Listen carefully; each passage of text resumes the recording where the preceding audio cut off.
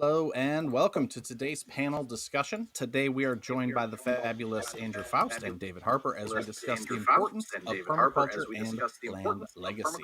What happens to our lands, tree plantings, ponds, and total ecosystems when we pass away?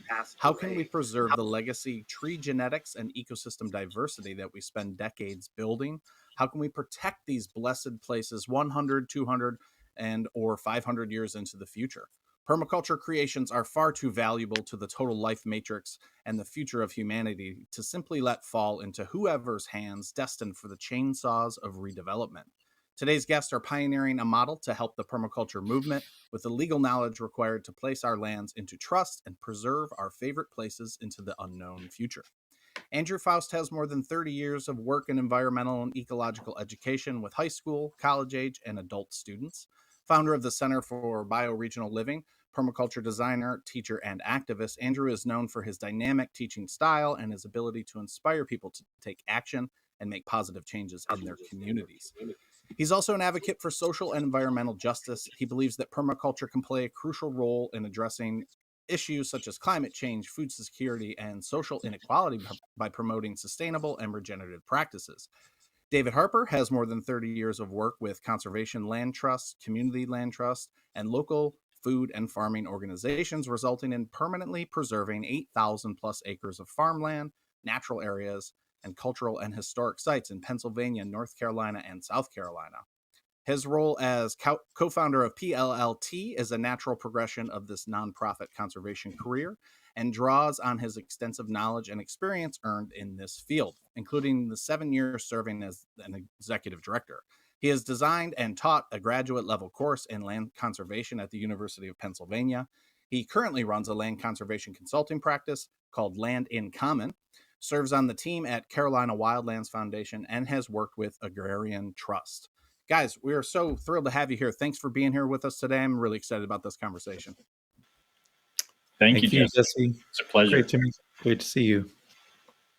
Yes, it's great to see you too. And some Andrew, I got to know you a little bit in our last interview, so I'm going to kick it over to David first, just by way of getting to know you, David. Maybe you can give us a sense of like how you got into the whole land trust conversation, maybe taking us as far back as you feel is necessary, and then how you got hooked up with Andrew into this permaculture living lands trust sort of model that we're about to talk about. Yeah, that would be great.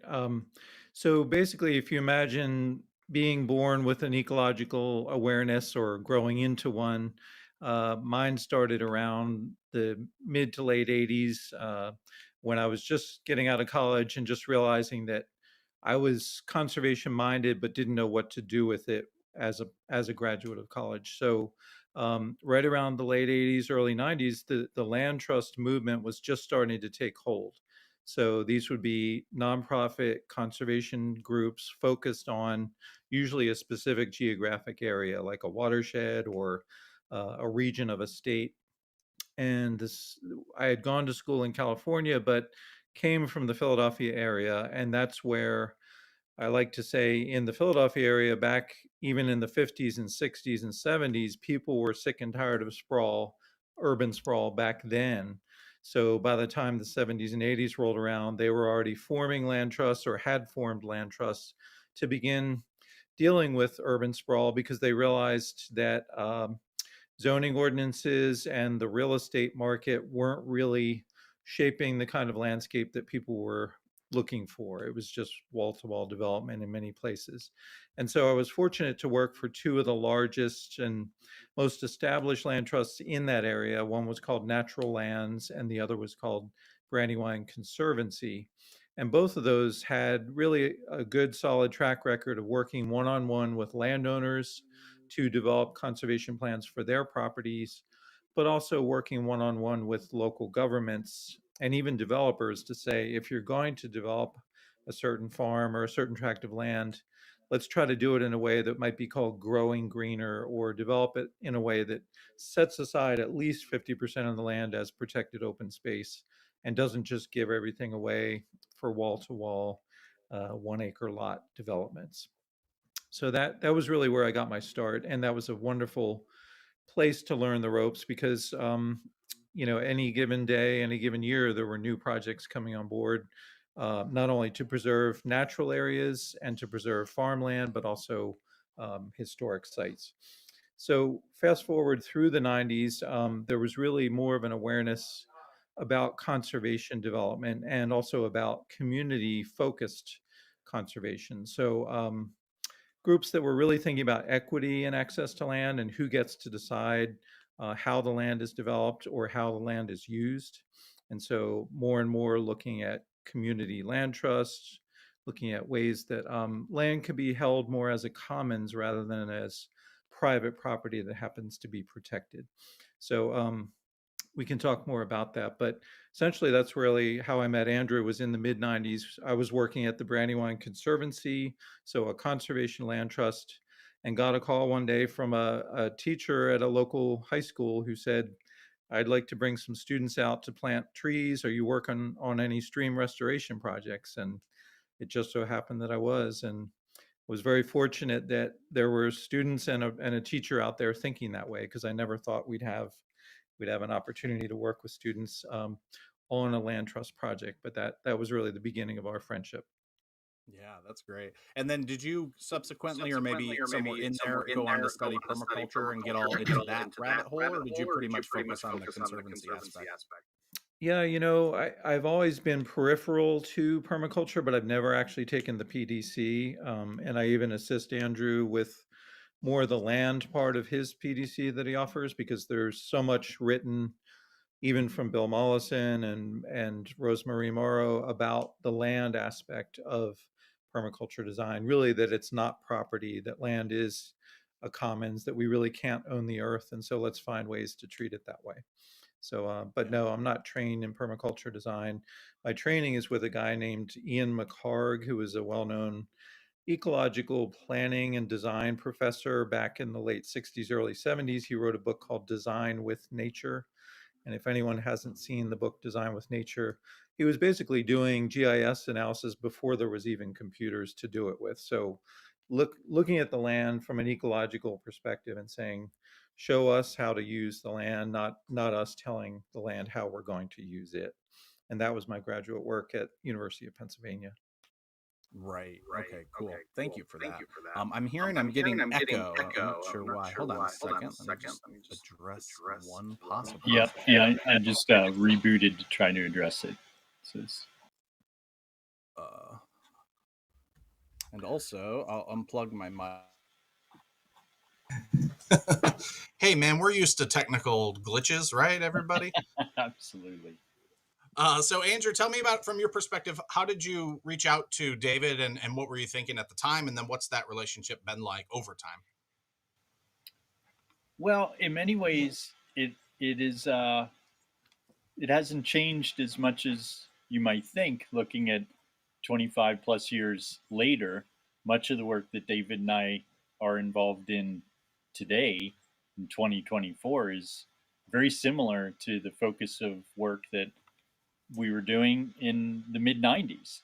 You know, the thread of connection there is that the riparian buffer zone is still the sweet spot in the landscape that we're putting a lot of juice into when it comes to the what I call putting together the twin superpowers of the conservation land trust movement and the permaculture ecological design movement.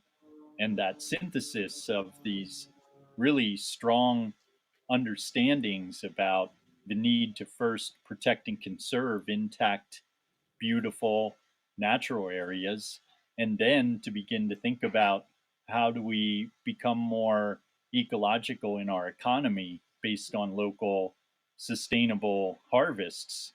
Those two objectives need to be synthesized, and we see a lot of potency in that. And the work we were doing in the 90s was bringing together the world of education and hands-on training for youth in this country to grow up knowing real world skills that are essential to the evolution of our society to become better stewards of the planet, which are things like how to plant trees in areas that could use some human love and attention and have been neglected and disregarded for generations, that now we're going to bring caring and conscientious people to be repairing and doing that earth repair work that we know is so essential as both an educational activity and also as a giving back to the land activity, that we need to connect those worlds of education with the world of nature that needs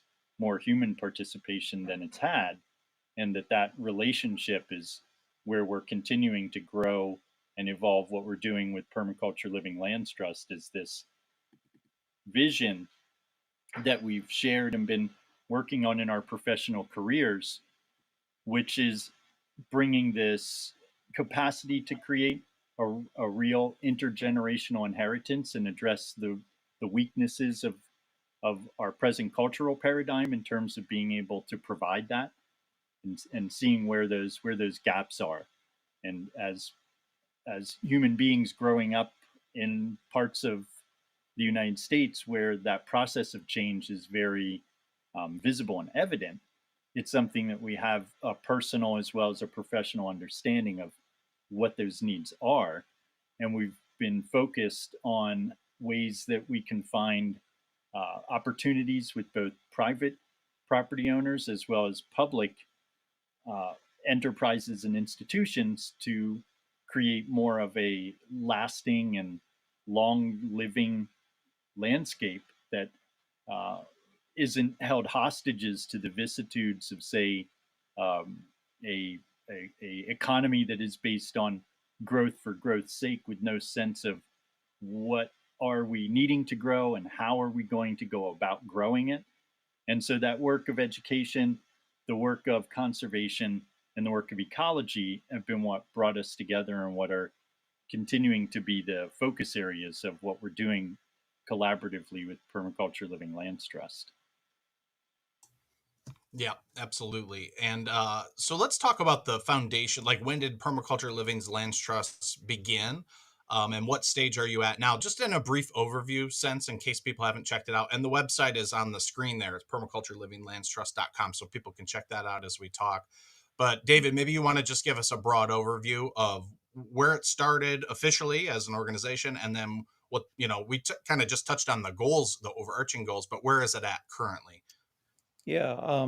So right about August of 2019 is when we decided it was time to incorporate. We had been talking about this idea for years, and the real genesis of the land trust that for permaculture came from really years of discussion, realizing that people in the permaculture space were not necessarily, and people in permaculture as and also agroforestry and tree crop space at the time were not necessarily talking very much and acting very much about what to do with multi-generational legacy plantings that really have the ability to be here for hundreds of years, but were not necessarily owned or stewarded in a way where the title to the land was truly secure.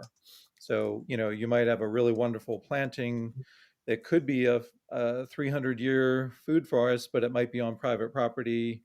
That land may be subject to a mortgage. So all those kind of questions coming up, and then seeing the land trust conservation world not necessarily focusing on sites that we felt really had these multi-generational plantings on them. So seeing a niche there that we could fill that complemented both permaculture designer projects and also land trust partner projects.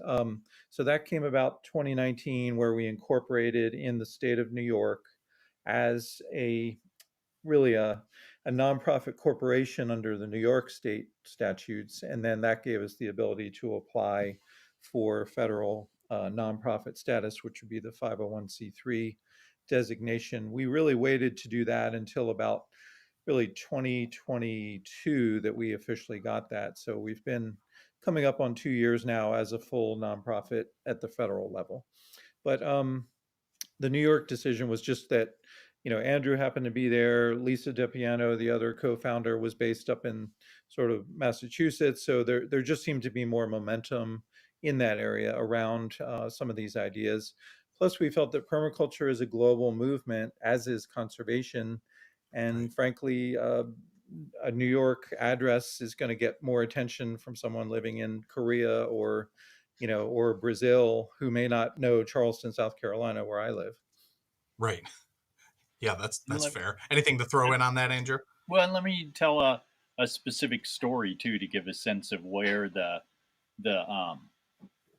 impetus for our putting together the land trust came from, the Permaculture Living Lands Trust, which I think in many ways it's accurate to say that the John Hershey trees, the trees in Pennsylvania, many of your listeners may have heard of these. There's a very good article on it if you haven't, in Philadelphia Weekly, where they interviewed Dale Hendricks, who is also somebody who we're working with in an official capacity with his project and talking about the Permaculture Living Lands Trust and how to continue much of the work that Dale's been doing. He's been an important influence and teacher in the permaculture community.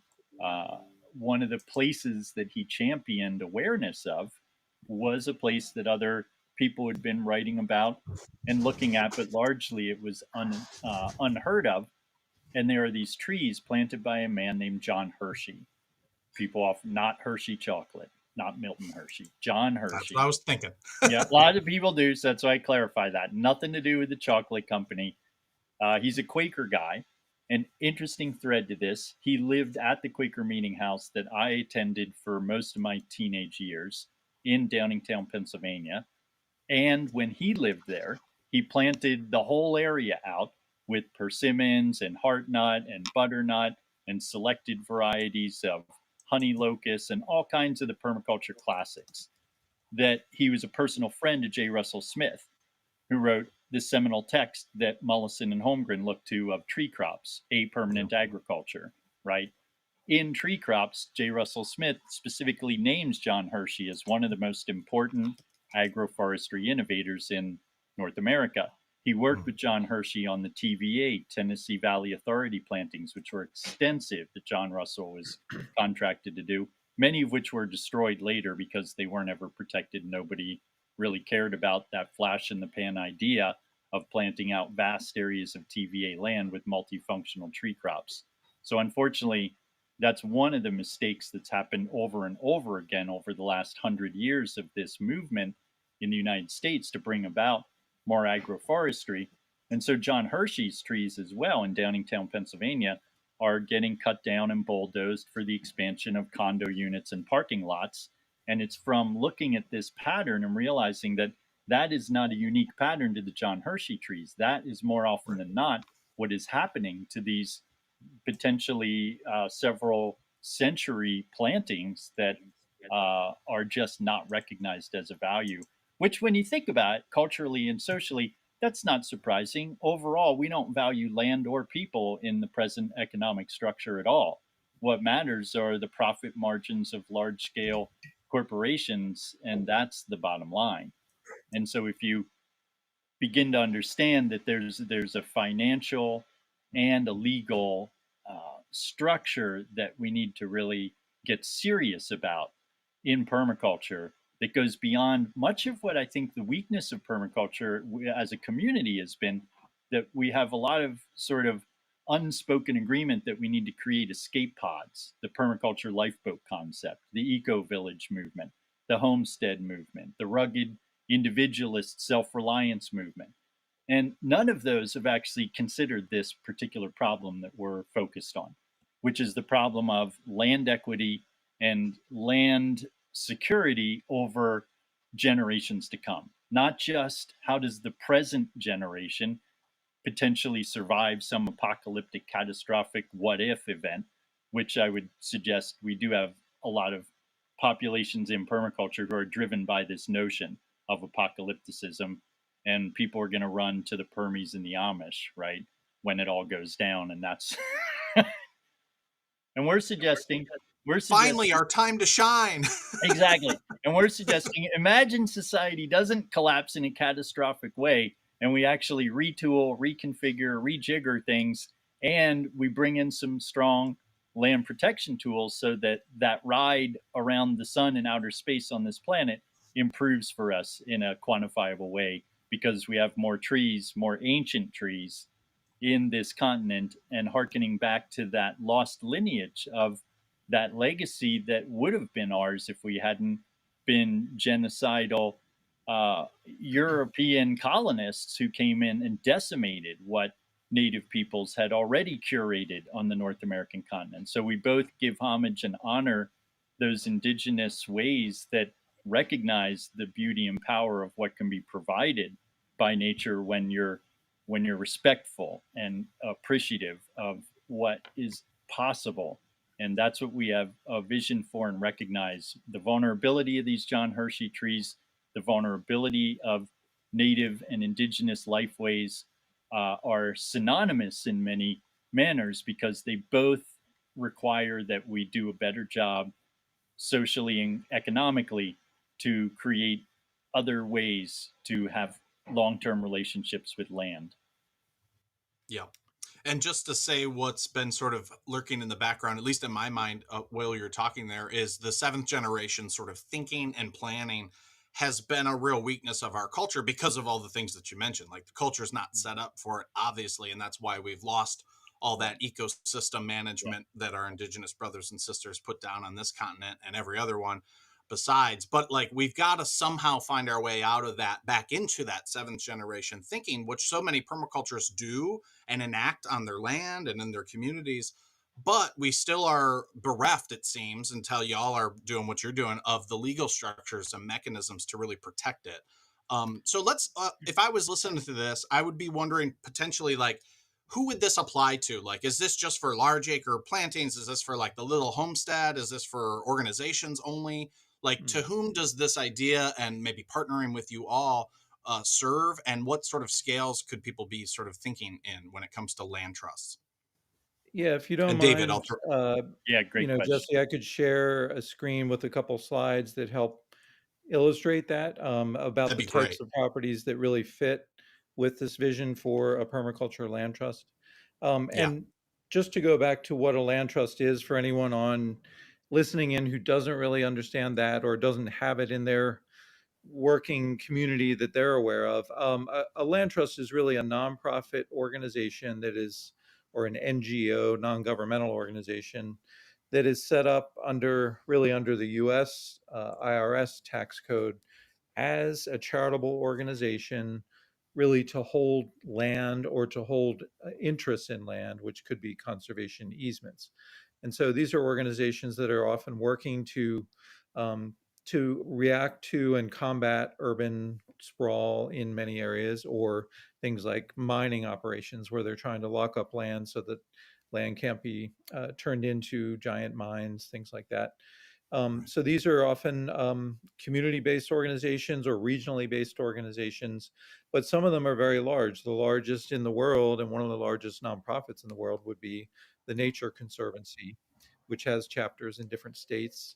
Um, but many are very much regional organizations. And so there is no one size that sort of a minimum threshold for land trusts, but typically what they are trying to do is accomplish some form of protection of land in a way that the normal zoning ordinance for that area or the normal real estate market will not guarantee. And so you're trying to go the extra mile for land that really deserves something better for that. So just seeing if I can pull up here real quick what I'm trying to share with you.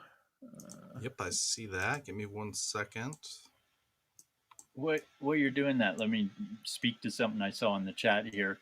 I would say, to clarify, I am certainly not generalizing and saying all indigenous cultures are good stewards of their landscape. I'm simply saying Right. much of North America, there's clear ecological evidence that they were. Yeah, I'm always referencing MCAT Anderson's book, Tending the Wild, with regard to that. But yeah, I agree with you. I saw that comment. I was like, yeah, fair enough. Absolutely appreciate that. Yeah. And I lost your screen share, David. It was there and then it went away. Yeah, unfortunately, it's just taking me a second to get the right link put up there. Oh, yeah, no worries. That's all good. Take your time. Yeah. But our first project that we worked on that's actually a legal title to land or transfer of legal title was one in Minneapolis in the aftermath of the George Floyd killing and all of the protests that emerged after that. So this was a land back or a land return project involving a farm that had really been built out with a permaculture design and a small food forest orchard that was really taking place and growing in on a very nice field adjacent to a lake about an hour east of Minneapolis in western Wisconsin.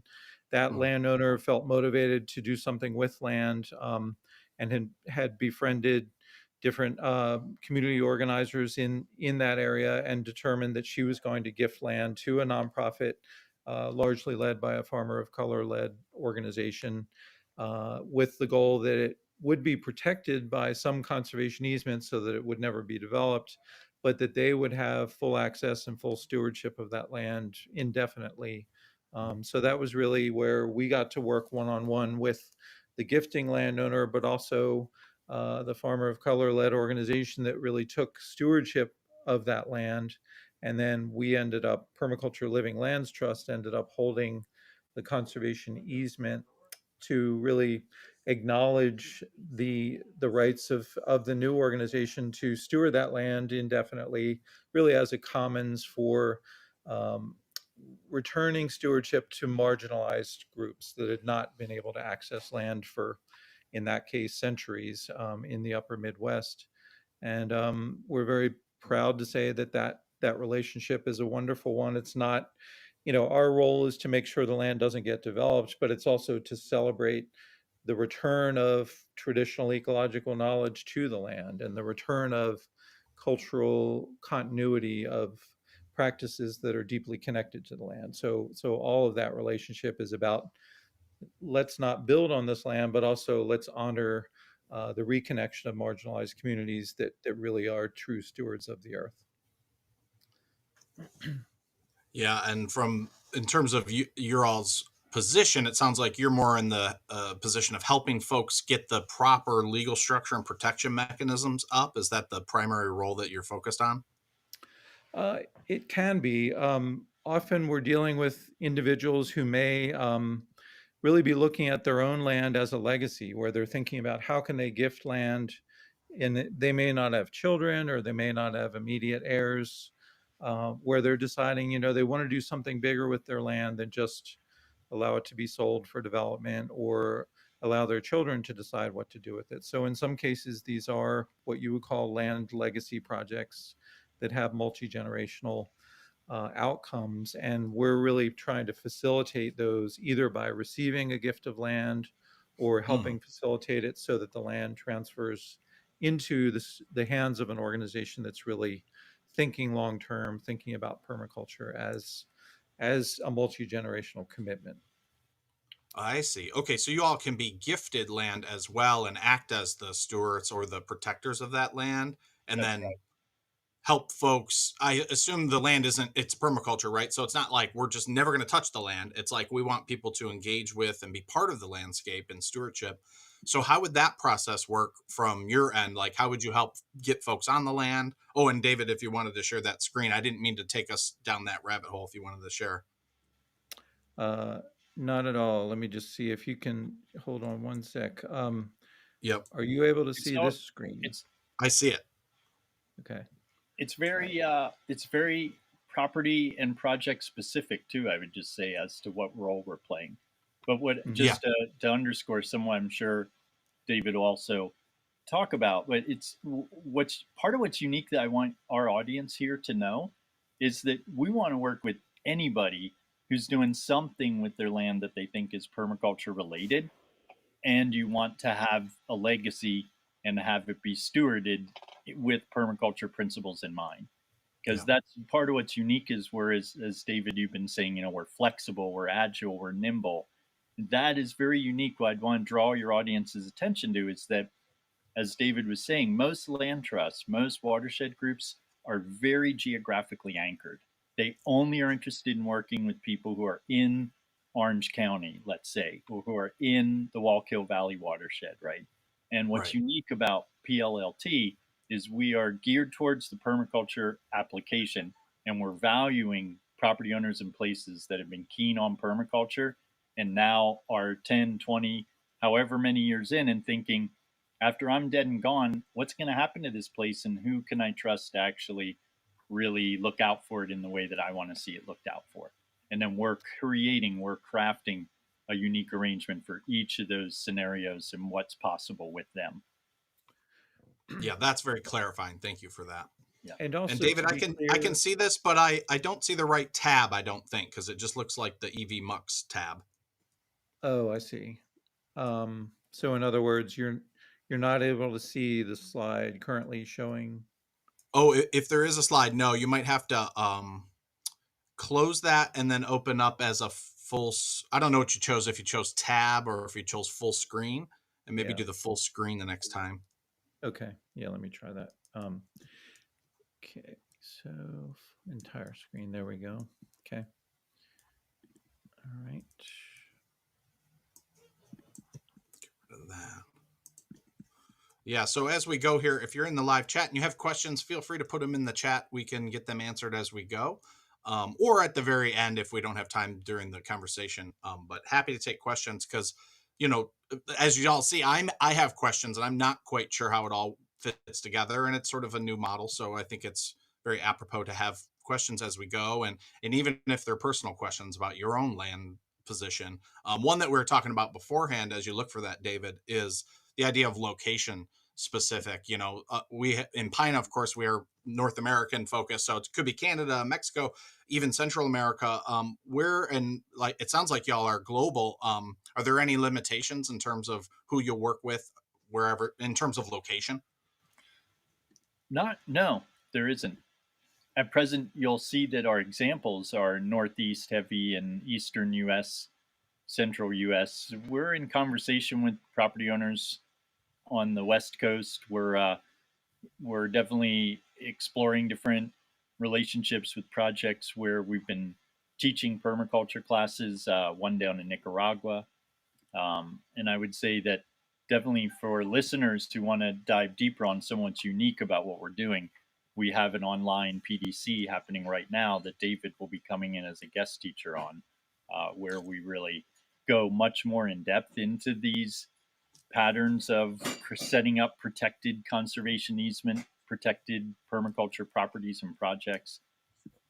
So yeah, we're international. We're open to hearing from anybody anywhere in the world that has what they consider to be a permaculture project of some sort, and they're wanting to protect it, and they want to have somebody to talk to about what that could look like. Yeah. Yeah. But, Yeah. So the other examples that we're working on currently that I can share as soon as I get the screen share working, one would be a gentleman in central New Jersey, only about an hour and 20 minutes outside of Midtown Manhattan, and only about 45 minutes from Philadelphia. So literally over 20 million people within a 2-hour radius of this property. But it's a gentleman who spent much of the last 30 years developing improved varieties of native fruit and nut tree crops. So heavily focused on hickories, also persimmons, some chestnut varieties, some pecans or pecan and hickory mix, but really with the eye toward edibility, easier to shell nuts, great flavor, maybe larger fruits and larger nuts for these trees. And they're in danger of not being there much longer if he ages out, is no longer able to steward the property, and then doesn't have any immediate heirs to take it on. right. And it's not a large enough property that it would be suitable for a university, for example, to take over, like a land grant school or even a land trust. It's not really on the radar of most typical conservation land trusts, who are rightfully so more focused on protecting larger landscapes of natural areas or farmland. So this is a 20-acre parcel, and we're very fortunate to be working with this one gentleman with what would be called a land gift opportunity. And he would retain a reserved life estate, meaning he would still have the ability to stay in his home as long as he lives. He can serve as a mentor there, really, for younger tree crop agriculture interested people to come out as apprentices essentially and learn by his side about pruning and about scion wood and about how to graft, and really what a wonderful opportunity not only for him to share his knowledge, but also for the land to be permanently protected Yeah. as his legacy. And then our goal in holding title to that land as Permaculture Living Lands Trust would simply be to manage it as a long-term genetic repository for tree crop genetics that can help um, serve as a seed bank or a cuttings bank for future food forests, future riparian buffer plantings, future forest gardens, but then also to have an educational component where people can come to that site, whether he's there as a mentor or beyond his lifetime, and truly have a hands-on experience of stewarding a legacy property that really is multi-generational. So we're excited about those opportunities, and we think it's going to be a valuable combination of both the genetic resource, but also the educational learning center that these types of properties provide in strategic locations. The third we're working on like that would be down in North Carolina with a similar landowner in more of the triangle, like Raleigh, Durham, Chapel Hill. So we see these as, you know, we're not looking to secure as many acres as possible. We're really looking to be strategic about selective sites that really that we can help steward for the future. Yeah, totally. That's beautiful. And Daniel Halsey asked here, very good question. Does the land need to be wholly owned and free of debt? Who has site control and what is the governance? I imagine the last piece of that is highly variable and in negotiation, but I'm really curious about, does the land need to be wholly owned and free of debt in order to enter into the trust? You know, it's really going to vary case by case. So there's no one approach. We really adapt to each situation. But if there is debt on the land and someone is considering either gifting or selling land that really has a unique conservation or permaculture uh, asset or benefit, then we would certainly look at different fundraising strategies, either to pay down the debt or, if needed, to purchase the land. So there are many different approaches for funding land acquisition that we would look at as well. They could be federal or state programs for purchasing conservation easements on land. They could involve a crowdsourcing program, working with local communities to raise funds, even community foundations. So, um, yeah, there's no one approach.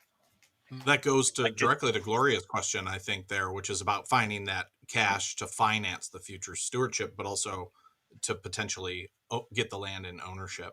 And Andrew, Mhm. go ahead. I didn't mean to step on you there. Well, no, that's what I was going to speak to, was the one asking, the person asking about um, financing stewardship. Exactly, a great question, and it is very project specific. But to give a example, is definitely something that projects that we're exploring. We've got some pretty exciting, sizable one that has been in the wings for a while, where we'd like to start a permaculture educational training center, which I want to share with our listeners, viewers here. That's one of the key unique elements that we're doing as a nonprofit, is we're offering permaculture training programs specifically to train up a new wave of growers in different geographies. We want to have permaculture training hubs that become a public access to where they are, potentially have a diversified organic CSA that offers shares to people in the local community.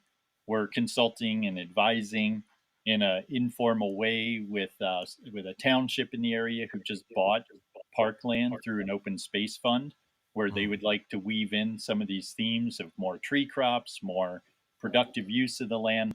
So we're finding a real opportunity to work with municipalities who are protecting land, who are wanting to do something more proactive, creative than the sort of traditional uses, which are, let's say, as a nature preserve, as a place for people to go for walks, all of which are very important and needed. And now we're finding that that's another place where we can bring these permaculture landscapes, some of our food oriented tree crop goals in the permaculture community. We can really dovetail those things nicely, wearing the hat of our permaculture living lands trust, because these municipalities, these organizations that have access to land, are interested in these ideas. and are looking for advice about where could we plant some nut trees, where could we start to have more of a productive landscape on parkland. And that is a real win-win, because then we do culturally have a good understanding of the need to protect land as parks. And that's a right step in the direction of what we're talking about as far as seven generation thinking in our present cultural paradigm. The parks movement is very important.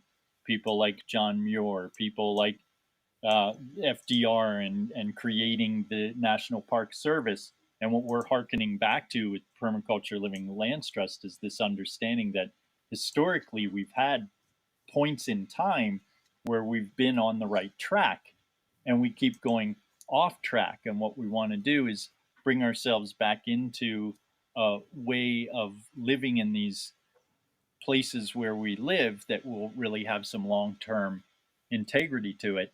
And that involves, at a practical level, what am I talking about? The way in which the parks and the preserves now create a necklace, let's say, of beautiful natural areas that we can start to interconnect with multifunctional permaculture ecologies. And that's some, we're sort of we're offering that connecting fabric to the landscape that right now is a little bit fragmented and disconnected, because it's sort of, these natural areas have some function, essential ecosystem services function, but there's this other level of functionality that we want to bring into these landscapes. And so with that larger property where we will have permaculture training programs that are incorporating agroforestry and nut tree nurseries, those stewardship will be folded into some kind of fundraising campaign that will then have ideally an endowment that'll generate a percentage that could cover things like maintenance. That's ideal scenario. Right. And right. David can elaborate on anything I missed there. Are you seeing that screen, Jesse, that I'm Yeah, sharing? this looks great, David. I can see that. If you want to hop in on this conversation, that's great. Okay. So, a real quick inspiration I wanted to share is that when you really look at the idea of not only a conservation land trust, but what might be called a community land trust, the idea for community land trusts essentially emerged during the civil rights era in southern Georgia with an organization called New Communities Farm. It was organized in part by Slater King, who was Martin Luther King Jr.'s cousin, as well as other civil rights activists in that part of Georgia, but also with a group called the Schumacher Society, which is now the Schumacher Center for New Economics, I believe, up in Great Barrington, Massachusetts. But together they formulated a model for acquiring and stewarding land that really allowed access for people who were marginalized from owning land themselves. So it wasn't just 5 acres or 10 acres, this was 5,400 acres in southern Georgia. And it was essentially bought out from white farmer owners who didn't realize they were selling to a nonprofit entity that was representing Black farmers. So Oh, this wow. lasted for over 20 years as a model for land access for marginalized communities, and even had different businesses operating, whether it was uh, vegetable stands or butcher shops for meats, things like that.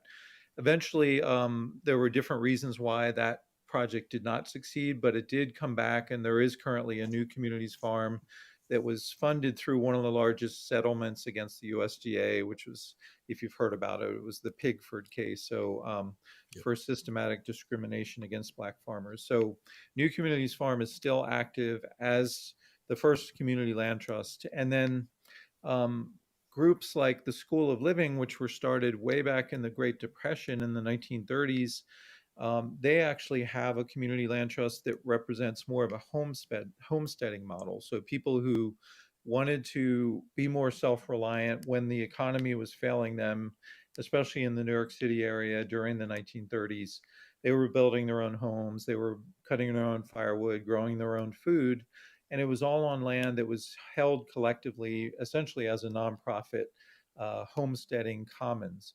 And to this day, the School of Living is still active in Pennsylvania, Maryland, and Virginia, with over 600 acres of what you might call homesteading communities that are held as a community land trust. And so they were actually our fiscal sponsor when we started in 2019 without having the federal 501c3 status. School of Living was generous enough to serve as our umbrella organization during those startup years. And then finally, if you look at places like Madison, Wisconsin, there's some really wonderful models of using a community land trust, which often is more for affordable housing, because the affordability piece comes when a community land trust owns land, especially in a gentrifying area, and then offers people the ability to buy their own home, but having it separated from the value of the land, which is often driving the high price. So these are affordable homes built in a community outside of Madison, Wisconsin, or right on the edge of town, not only with community garden plots, not only with a restored prairie, but also a community farm that produces food for that area. So, really interesting example of how nonprofits can do much more than just save land and much more than just provide affordable housing. They can really provide some of these things together. We know that we were inspired by the permaculture movement with folks like Mollison and David Holmgren, but we also recognize that they saw permaculture as a continuation of traditional ecological knowledge from around the world, and also as an adaptation to the poly crisis that we all face even more now than we ever understood back in the late 70s, that between climate and between biodiversity and between social upheaval and water, there are so many responses needed with so much strategic thinking, that that's what permaculture is designed to do, is to adapt to those needs. Um, I did mention the farm outside of Minneapolis. So this is really, how that all came together real quickly is it really was a permaculture design that had been put in place on a beautiful lakefront farm. And when that landowner was had eventually made a decision, she decided to gift the land, but that same land could have been sold and developed into lakefront houses. So it was a highly well thought through decision that she didn't want to see her legacy just become houses. She didn't want to just preserve the farm and call it a day. She really wanted the land tenure, the stewardship and the title to the land and the control of the land to be held by an organization that really was set up for reconnecting people of color with land that they had been marginalized from for generations. So if you're interested in podcasts, you might know we also do a permaculture podcast series called Permaculture Perspectives that Andrew's been hosting for years, and now includes more of our interviews with permaculturists, agroforestry folks, and people that are thinking about who owns the land and who stewards the land, not only how it's designed from a permaculture perspective. And I really admire when you look at the Permaculture Design Handbook, for example, or Rosemarie Morrow's Earth Users Guide. There are sections in there about title to land, about stewardship of land, and they saw that permaculture design looks at land as a commons, looks at land as a shared connection to the earth that really is not commodified, that really is not property. So the more we can find models for holding land in trust as a community benefit and as an ecological benefit, rather than holding land as property, that's really what we're here to do, and making sure that it's locally governed. So it's not some distant board making decisions, but it's people who live on or near the land, who care for the land, that are actually stewarding that commons. That's really the model we're looking for. And it can be rolled out on a landscape scale. It can include riparian forest buffers that happen to have not only native floodplain trees, but also native edible fruit and nut trees and shrubs integrated into those floodplain areas. Andrew's had some really interesting projects like that in the Hudson Valley of New York, of going beyond the normal riparian buffer planting and doing it in a way that's not just trying to save, plant a trillion trees to offset your carbon footprint. That's really not necessarily in the best interests of local ecosystems or local communities. So we want to make sure that communities and ecosystems are central to any tree planting project, not that it's done for a larger extractive purpose, such as a carbon credit program. Um, Andrew, this would be the one you worked on, yeah, in the Esopus with planting edible fruit and nut trees with a riparian buffer Yeah. trees for tribs program. Yeah. So a really nice example of how a land trust can add value and collaborate with county environmental offices and state environmental offices. And that we hope in the long term, sites like that, you'll be able to walk there with your kids or canoe down that creek. And as Right. you've said, Andrew, harvest persimmons in your canoe or Hmm. pick a hickory nut off of a tree and share it with your children. I mean, that's all the Garden of Eden that we all live in, and we somehow forgot that we live in the Garden of Eden. So without getting into detail about forest gardens, another reason we felt a land trust was needed was an example like this gentleman here, who is another one of those tree crop breeders and tree nurserymen who spent decades selecting better edibility, or more edible varieties of native fruit and nut trees, including pecans and persimmons and pawpaws, but also a lot of hickory nuts. He passed away, I think it was 2020, and had wonderful plantings, groves of edible trees, really true forest gardens and genetic repositories for future forest gardens that his children inherited the land, but now there's this whole question of how do we work one on one with families like that to avoid that land just going up on the open market and becoming someone's backyard as a private property.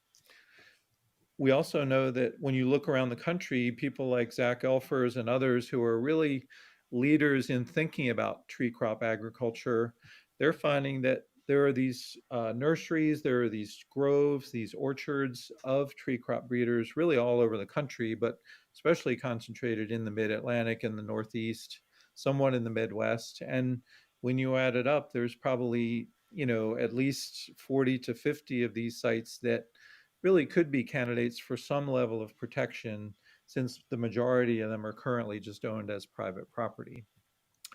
And it's sites like our dear friends in Southeast Pennsylvania, Dale and Carol, who've been turning their property into a forest garden for years, and includes incredible varieties of pawpaws, many of which that they've wild harvested and grown from seed.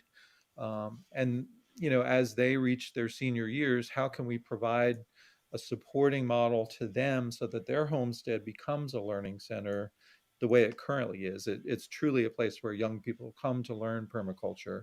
How can we continue that legacy beyond their lifetimes in a way that honors the plantings they've done and honors the teachings that they've done?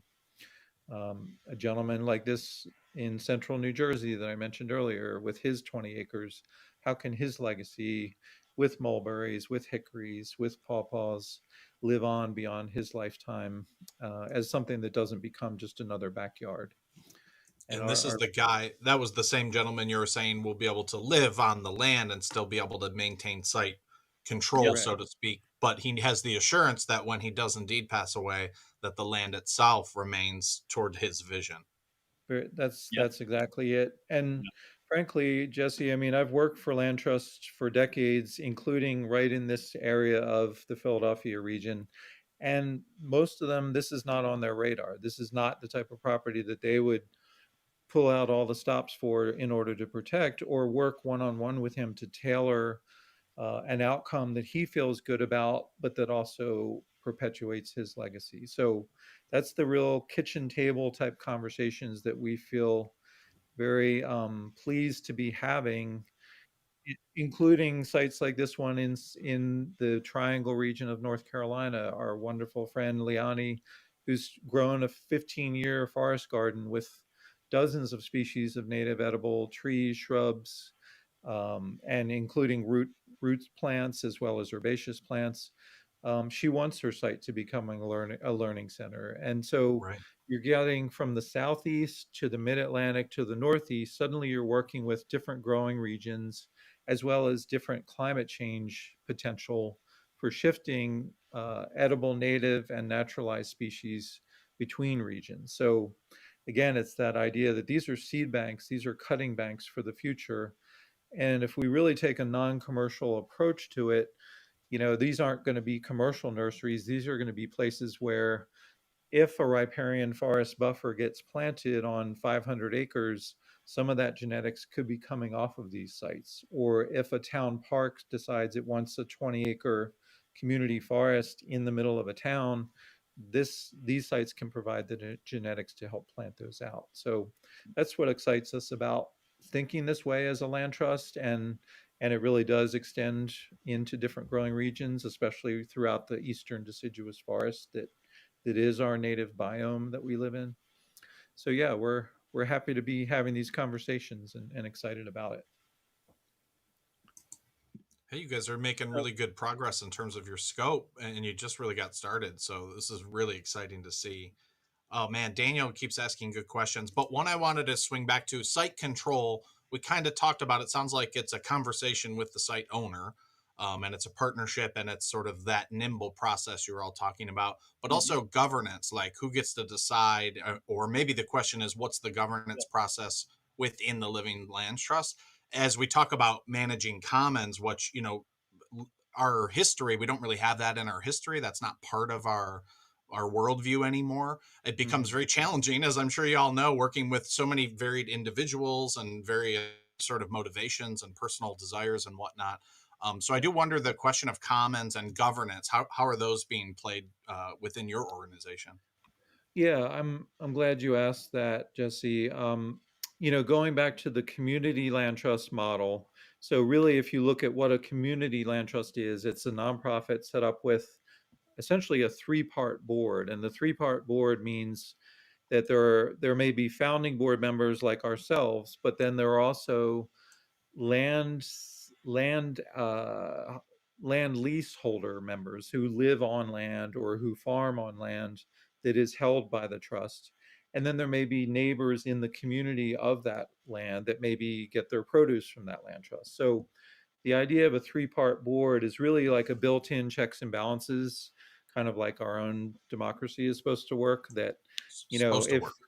if you have distant board members who are founders, we're not on the ground necessarily as much as someone who's farming the land or as someone who's getting their food from the land. So the three of us together, three different interest groups having seats on that board, suddenly there's a much stronger voice and a much more community governance type of model.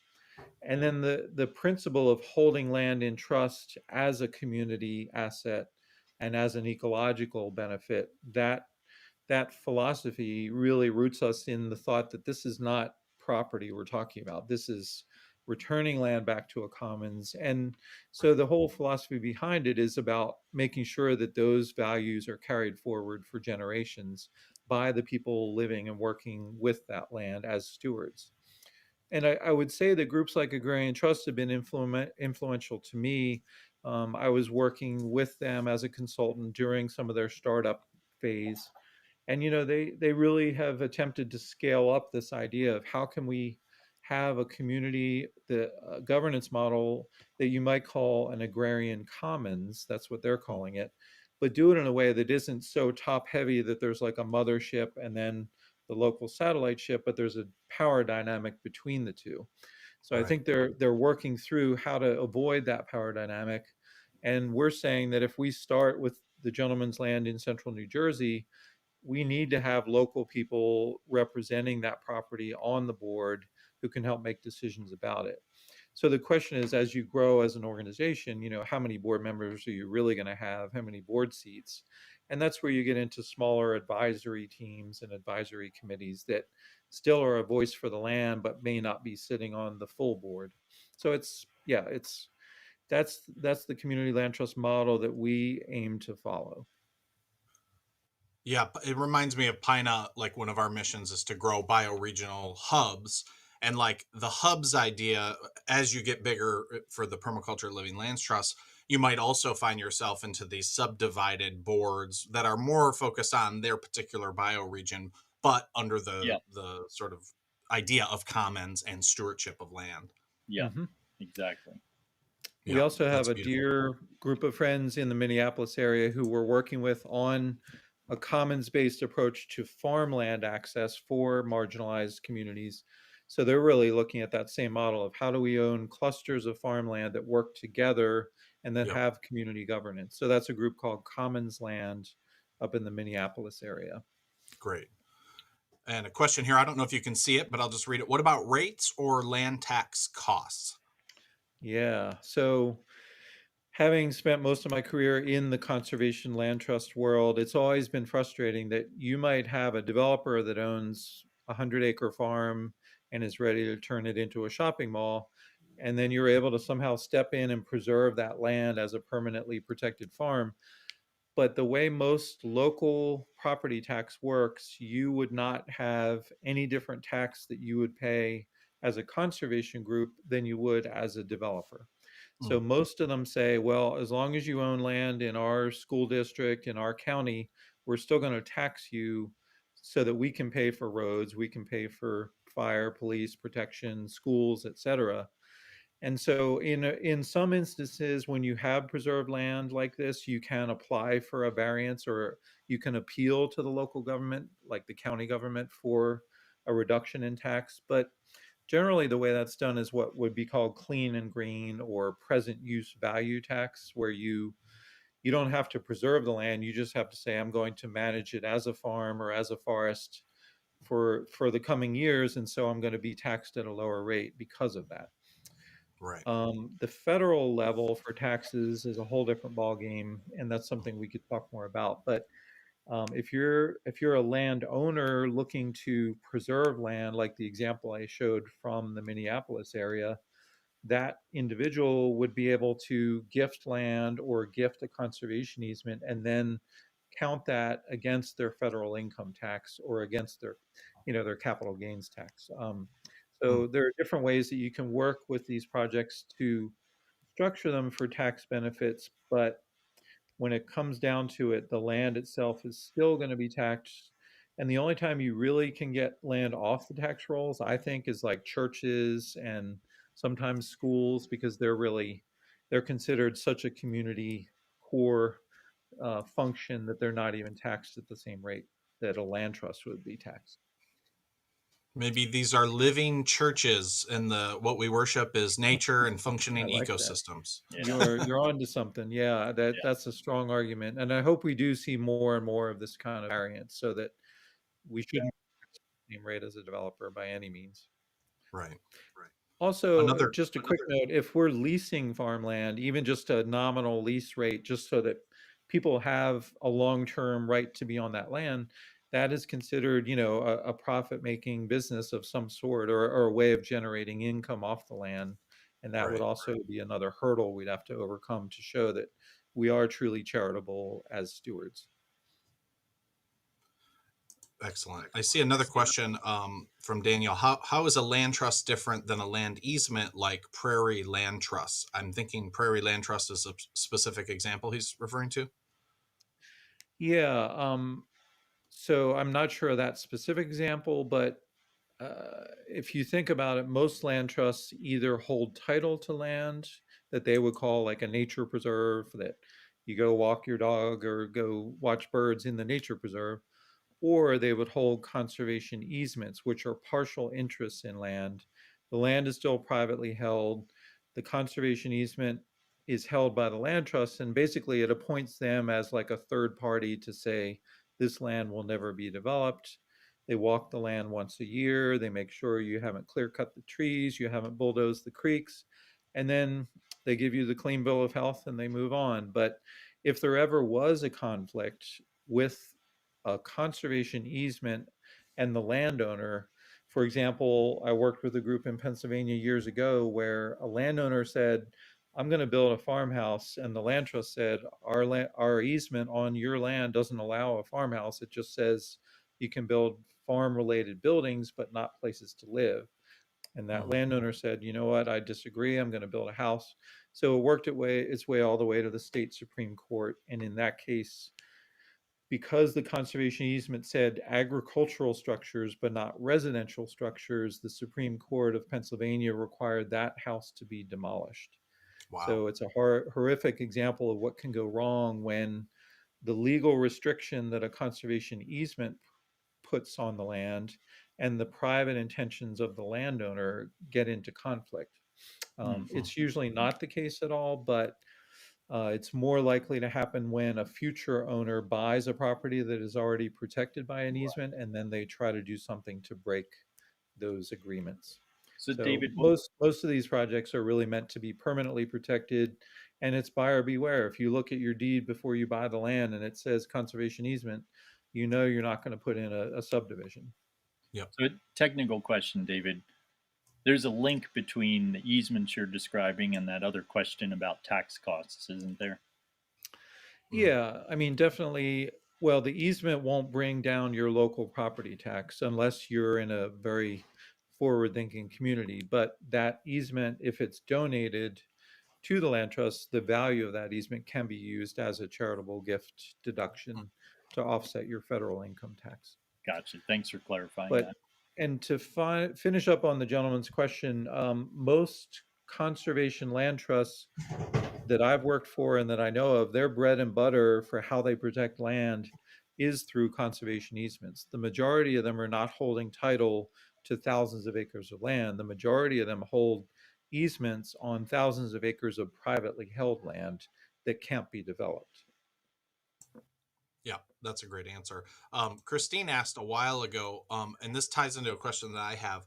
I'm located in central Indiana, and there. It sounds to me like they're developing their permaculture property on 20 acres, and would love to learn more. And this just kind of, thank you, Christine, for the question, but it kind of Yeah. makes me think of all those folks who are middle aged, and they've been working their land, but they're starting to see the vision of like, okay, what's going to happen next. My Mhm. kids aren't necessarily going to want to just hop in here and live here for the rest of their life, but Right.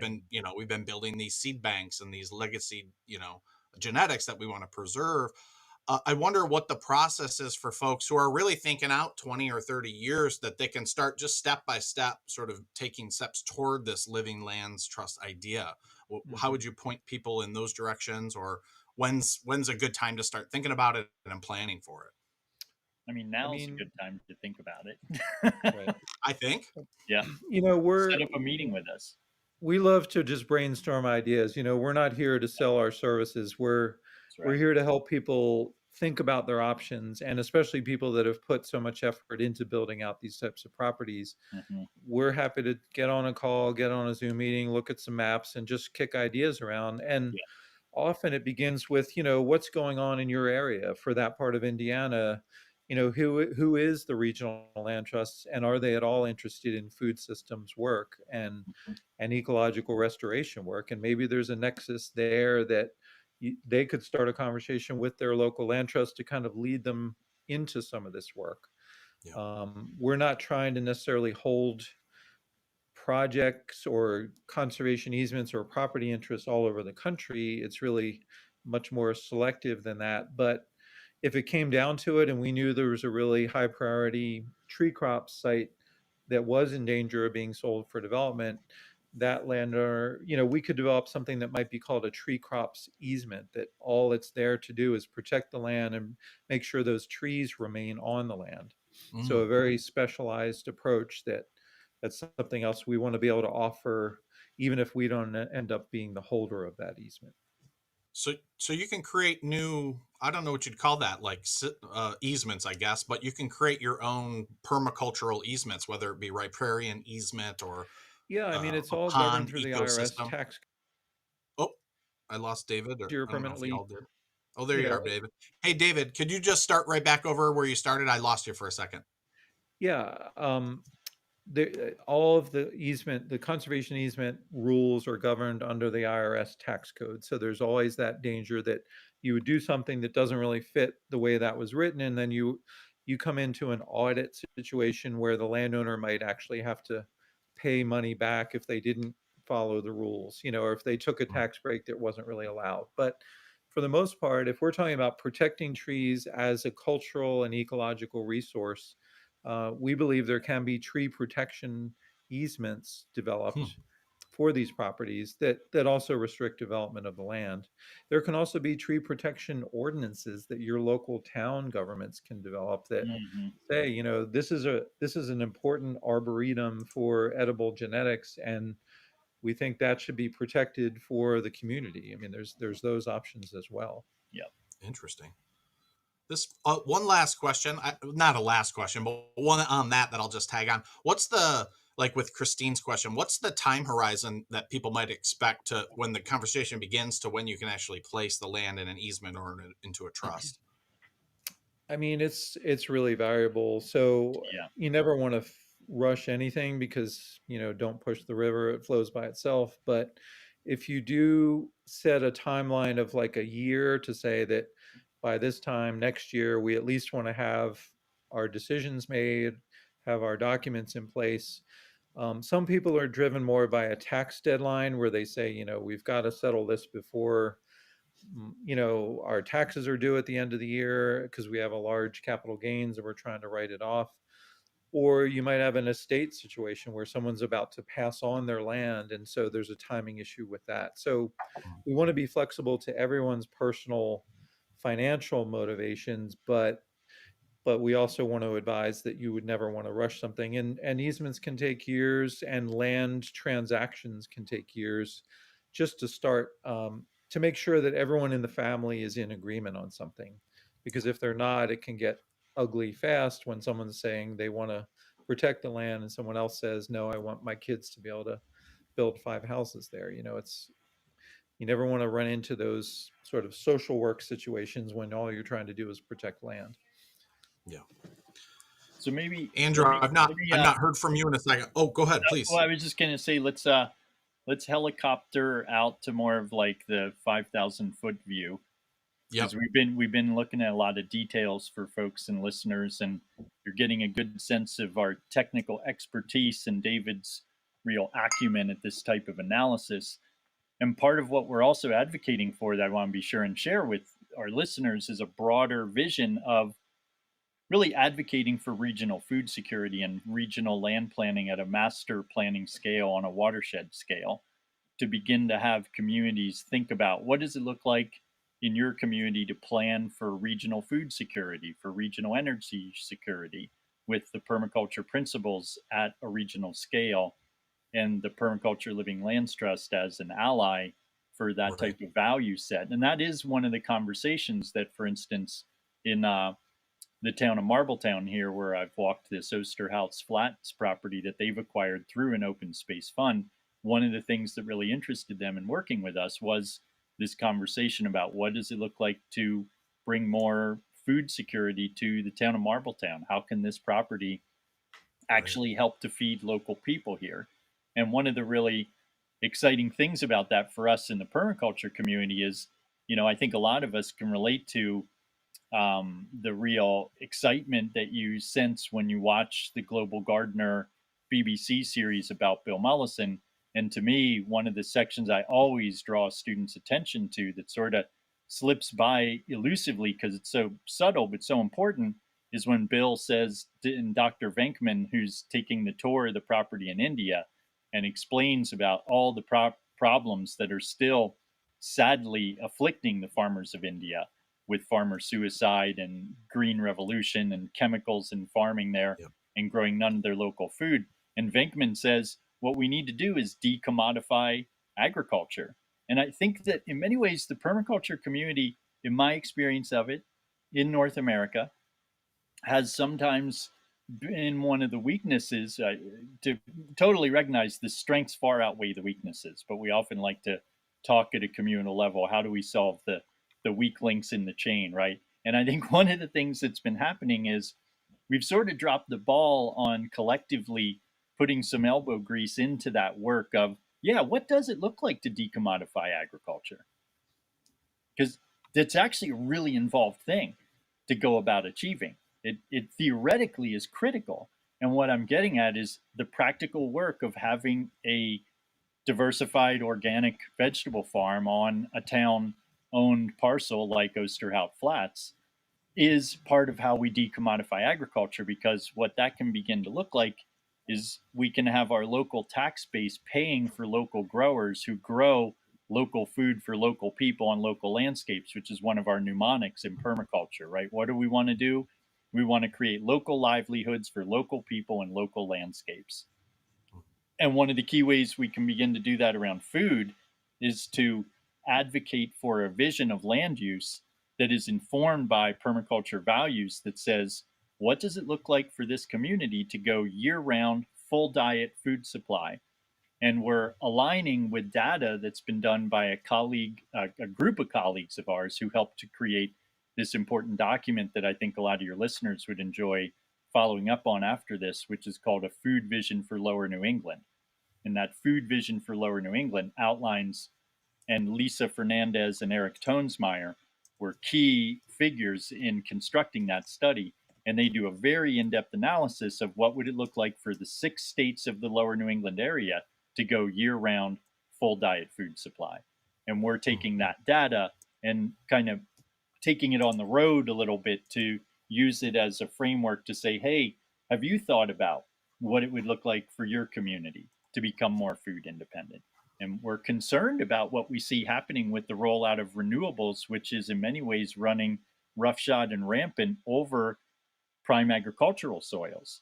And there's a bit of a conflict of interest starting to arise between food security and energy security that we need to really keep a bead on and create, like David's saying, ordinances. We need a solar zoning law as well as food security master planning. And those things need to go tandem in our community scale meetings and designs. And that's additional work that Permaculture Living Lands Trust is involved in. Yeah, well said, and thank you for bringing that up. And I think that's the area that excites me most. Not having the sort of specialized skill set and knowledge that David has is the broader vision of taking permaculture beyond just like my little thing or my family's little thing, which of course it is and it must be. Yeah. But we have to think of commons and we have to think of a broader footprint, which I always just think of as the bioregion. But even that has many watersheds within it that we could all begin to, this makes me think of like perhaps there's a space for like design charrettes where we get folks from a localized region and say, what does that look like? Let's really think through this using some of the literature that you just shared, which I put in the chat if people want to check that out. Oh, great. And getting just very practical with it. But one of the key pieces, of course, is like we absolutely need the legal mechanism to put land into sort of this perpetual safety of the easement and the trust. So the two go hand in hand, and I see the vision that you're building. Looks like, David, you popped something up. I did. Well, oh, you did, Andrew? Oh, please share that for me. Can you see that? Yep, I see it. Let me bounce it over here.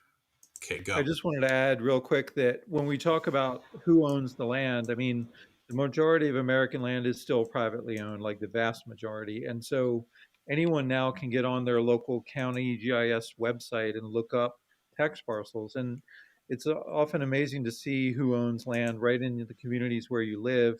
A lot of it may be absentee owners that just have it as a second property or an investment property. So you never know until you start those conversations whether there may be more opportunities to have a ripple effect with permaculture on other sites where you live. Exactly. Yeah, that's the point of the design charrette is like all of a sudden you're starting to go, well, who does own the land around here? Are there areas that are low hanging fruit for us to engage with? Yeah. Go ahead, Andrew. I can see that. Exactly. It looks great. Well, folks, if you can see the text on the left-hand side, that's a synopsis of what I was just describing, which is what's the regional master planning approach that we're taking.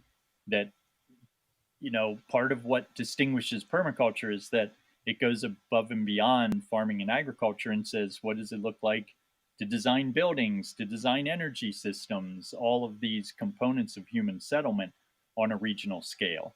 And that's one of the driving structures behind the vision for Permaculture Living Lands Trust.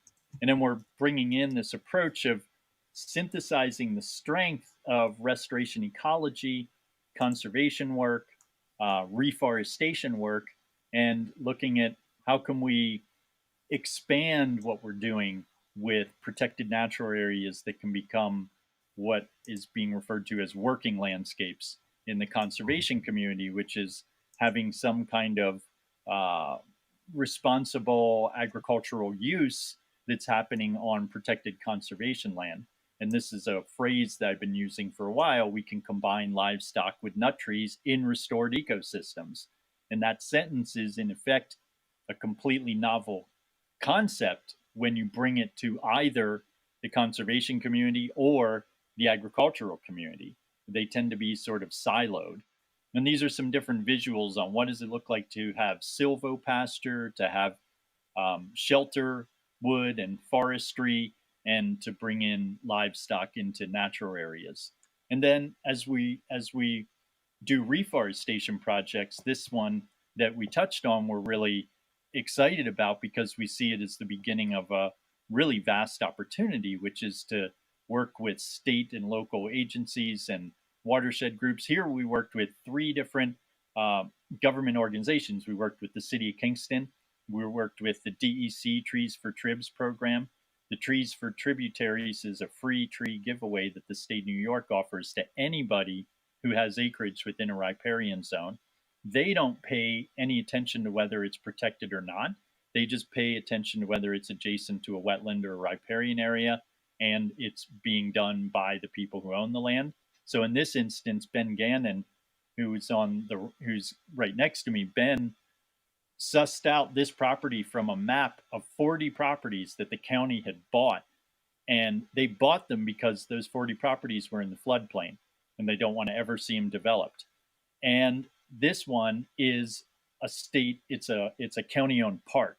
And so we knew that planting this diversified riparian demonstration site, because we also got the DEC to front load our tree selection list to have a lot of persimmon, a lot of elderberry, a lot of hazelnut, a lot of serviceberry and juneberry and highbush blueberry, as well as later successional trees, which they often don't include. So we focused on things like sycamores and swamp white oak and American beech, in addition to some of the early successional to help hold the space and get legs quickly to protect the later successional. So we're thinking a lot about our knowledge and experience in this world of conservation and restoration ecology. And we're thinking about the opportunities to roll out long-term permaculture forest ecologies in places that truly become a future inheritance by aligning with existing interests who are already involved in this work and educating them and creating these plantings. We also planted trees from Buzz Ferver, and Buzz is working with he has created his nursery called Perfect Circle Farm. And a focus of ours is to find our allies in this nut tree community, get from them the boots on the ground knowledge that they have about what are their vulnerabilities that they're seeing behind these unique trees. How do we really preserve them and bring them into the landscape? And we're finding that interplanting trees from Buzz on projects like this is a place where we are really excited about the potential to gain some traction and have this type of planting really take off. Yeah, get those improved genetics and boom, you're off to the races. Plus there's the whole agroforestry movement, which is got a lot of skills in terms of implementing and then managing large scale ecosystems, especially at the beginning phases. But that's another area where, more partnership is really ripe, but also we need those skill sets of like, well, how do we now then manage these landscapes so that they retain health over generations? So This is great, guys. I want to be respectful of your time. You've given so much of it already. What an amazing conversation. I think it's just going to be ever more perennial the further out we get in years here, as more and more folks have their homesteads and their farms pushed into those permaculture designs and implementations over the years, but then start to reach those places where they're like, well, what's next? I don't want to just see this go away. It's too important. And I would agree that, yes, it is too important. We don't want to see those Hershey plantations just go away anymore. The new ones that are being made, we want to preserve and like be able to pass those on through generation after generation. So we'll have to do a part two. If people have questions about what would be sort of the next steps for them, please put them in the chat and we can maybe form another panel about it. I know David and Andrew both have other members of their team that we might bring on that have other areas of expertise. But just by way of closing, guys, what would you encourage folks to do if they have further questions? Obviously, go to the website. What would be kind of the next logical step for folks to do to follow up on this conversation? Yeah, you send us an email, give a phone call, just reach out to us. You'll find that both Permaculture Land Trust website as well as the website that I work from, permaculturenewyork.com, they both have contact emails and they come right into our personal email and we get right back to folks. I'll also say right here on our live stream what my phone number is, because it's always great to get a call from people. I'm Yeah. available at 917-584-4588. And really, we're inspired, and uh, just it's such a natural evolution for the work we've been doing as professionals, that it feels very meaningful to be able to play this role for the permaculture community of stewarding and shepherding what's been created into the next generation, with some real sense for folks of comfort and long-term security about what you've invested your heart and your mind in. We identify with the vision, and we want to see the permaculture community and all the great work of this community be around for many generations to come. Thank you. David, You're muted, David, I think. Yeah, we've truly seen that the zoning ordinances that govern land use in our country and the real estate markets that determine the value and the highest and best use of land, they're not really serving the same vision that permaculture designers have. They're serving more of a short-term gain vision, but not a long-term true wealth of the community perspective. And the true wealth of the community is in the soils, the plants, and the animals, not in what you can extract from the land. And so we want to carry that vision forward as a conservation organization. That's perfect. And Andrew, get ready. You're about to have 100 phone calls coming into you now that you gave out your number. No, I'm just perfect. I welcome it. Please. Okay, good, man. Yeah. Well, I really appreciate you guys being so open to, I mean, that you've put out that offer several times, like, hey, let's just get on a Zoom call. Let's do this thing. So it sounds like you're really ready to take it on. And I know there's a lot of folks out there who are ready also to have partners in this. So thanks everybody for being here today. And thank you, David, so much. Appreciate it. Thank you, Andrew. We'll talk to you guys soon. And everybody in the chat, thanks again. Have a great week. Jesse. Peace.